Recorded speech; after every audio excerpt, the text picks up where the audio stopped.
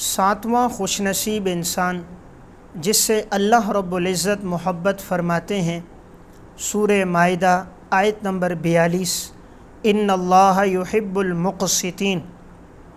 اللہ رب العزت انصاف کرنے والوں سے محبت کرتے ہیں، جو اپنی زندگی انصاف پہ گزارے، اپنے آپ کو ظلم سے بچائے، عدل پر زندگی گزارے۔ اللہ رب العزت کو عادل انسان بہت پسند ہے، چونکہ اللہ رب العزت خود بھی عادل ہیں، اس لیے اللہ عدل کرنے والوں کو پسند کرتے ہیں۔ اور عادل انسان ہی وہ ہے کہ جسے قیامت کے دن اللہ رب العزت اپنے عرش کا سایہ نصیب فرمائیں گے، جس دن کوئی سایہ نہیں ہوگا سوائے اللہ کے عرش کے سائے کے۔ نبی اکرم صلی اللہ علیہ وسلم نے فرمایا، سبعۃ یظلھم اللہ فی ظلہ یوم لا ظل الا ظلہ، امام عادل۔ 7 خوش نصیب وہ ہیں کہ جنہیں اللہ رب العزت اپنے عرش کا سایہ نصیب فرمائیں گے۔ ان میں سب سے پہلا انسان عدل کرنے والا بادشاہ۔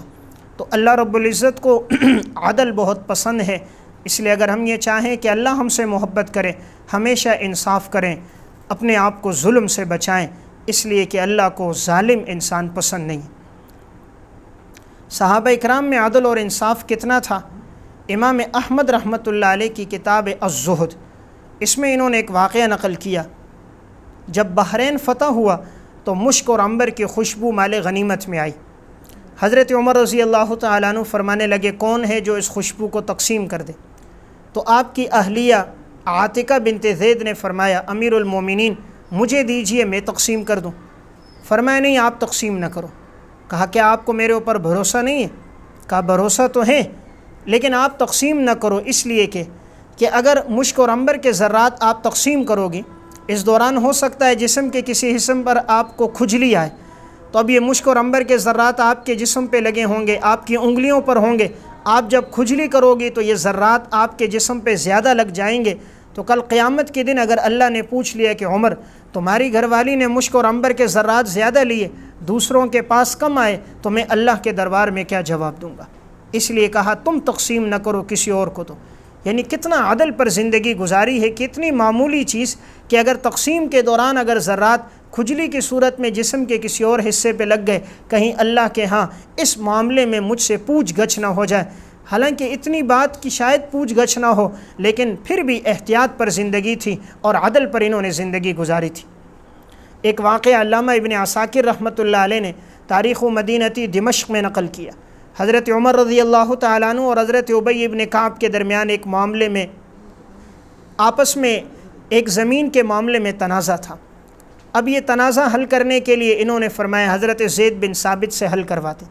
حضرت زید بن ثابت رضی اللہ تعالیٰ عنہ کے پاس گئے۔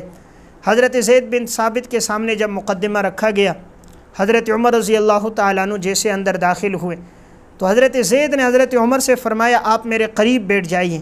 حضرت ابی ابن کعب کو سامنے بٹھایا، حضرت عمر سے فرمایا تم میرے قریب بیٹھو۔ حضرت عمر نے فرمایا نہیں، عدل کا تقاضا یہ ہے کہ میں اپنے مقابل کے ساتھ بیٹھوں گا، جہاں ابی ابن کعب بیٹھیں گے وہیں میں بیٹھوں گا، یہ انصاف کے خلاف ہے کہ میں تمہارے ساتھ بیٹھوں۔ تو حضرت عمر ابی ابن کعب کے ساتھ بیٹھے۔ اب حضرت زید بن ثابت نے حضرت ابی ابن کعب سے فرمایا کہ آپ دعویٰ کرتے ہو آپ کے پاس گواہ موجود ہیں؟ تو انہوں نے کہا میرے پاس تو گواہ نہیں ہے۔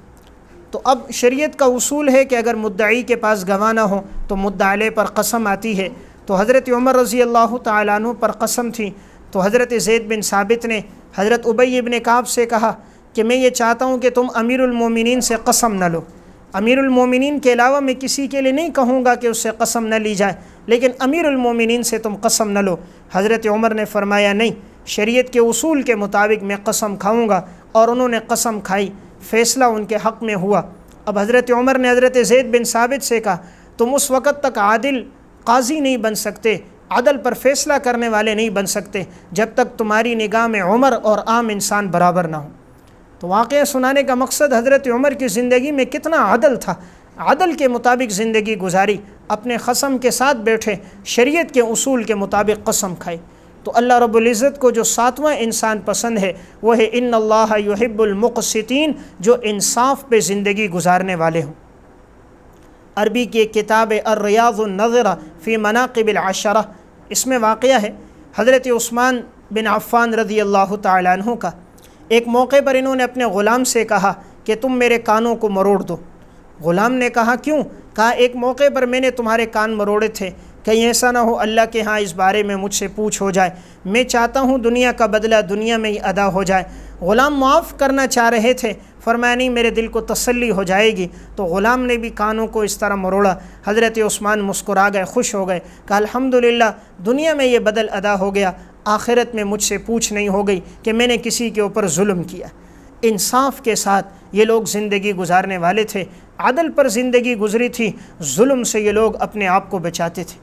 علامہ ابن قیم رحمۃ اللہ علیہ کی کتاب ہے الجواب الکافی، اس میں انہوں نے نقل کیا، اس میں انہوں نے یہ بات نقل کی کہ بنو امیہ کا دور خلافت تھا، تو اس دور خلافت میں جب ایک خزانہ سامنے لایا گیا تو اس خزانے میں ایک تھیلی تھی، اور اس تھیلی کو جو کھولا گیا تو اس میں دیکھا گیا گندم کا ایک ایک دانہ تھا کھجور کے برابر، یعنی ایک ایک دانہ کھجور کے برابر ہے، اتنی پیداوار میں برکت تھی۔ تو اب جب دیکھا گیا تو تھیلی کے اوپر یہ جملہ لکھا تھا ھذا ینبت فی زمن من العدل، یہ اس دور کی بات ہے جس دور میں عدل ہوتا تھا، اس دور کے اندر یہ پیداوار ہوئی ہے۔ یعنی جب عدل و انصاف تھا تو پیداوار میں بھی اتنی برکت تھی کہ گندم کا دانہ بھی کھجور کے برابر ہوا کرتا تھا، تو گویا علامت کے طور پر خزانے میں بطور نشانی کے وہ تھیلی میں وہ چند دانے جمع تھے۔ تو جب عدل ہوتا ہے تو عدل زمین پہ بھی ظاہر ہوتا ہے، چرند پرند حیوانات پہ بھی اس کا ظہور ہوتا ہے، زمین کی پیداوار میں بھی عدل ظاہر ہوتا ہے۔ تو بادشاہ عادل تھا، اس کا اثر اتنا ہوا پیداوار پر کہ وہ پیداوار کا ایک ایک دانہ کھجور کے برابر تھا۔ تو ہم میں سے اگر کوئی چاہے اللہ ہم سے محبت کرے تو ساتواں خوش نصیب وہ ہے جو انصاف کرنے والا ہو۔ ہم انصاف پہ زندگی گزاریں، کسی پر ظلم نہ کریں۔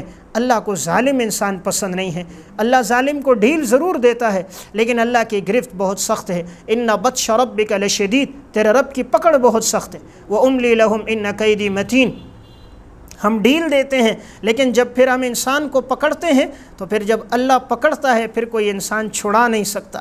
اللہ نے فرعون جیسوں کو ڈھیل دی، اللہ نے نمرود کو ڈھیل دی، اس لیے اللہ تعالیٰ آج کے انسان کو بھی ڈھیل دیتا ہے، کب یہ انسان لوٹ کر آ جائے۔ اس لیے انسان کسی پہ ظلم نہ کرے، اگر ظلم کرے گا تو ظلم کا انجام دنیا میں ملے گا۔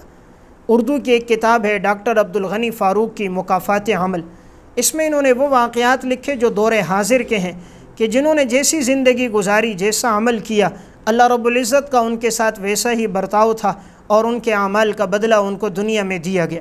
اس میں انہوں نے ایک واقعہ لکھا کہ ایک یتیم لڑکا تھا، 10 سے 12 سال اس کی عمر تھی۔ تو ایک دفعہ ایسا ہوا کہ علاقے کے اندر ایک شخص کی زمین تھی جس میں وہ خربوزے کی کاشت کیا کرتا تھا۔ تو یہ یتیم بچہ وہ چلا گیا اندر اور اس نے چند خربوزے توڑ دی۔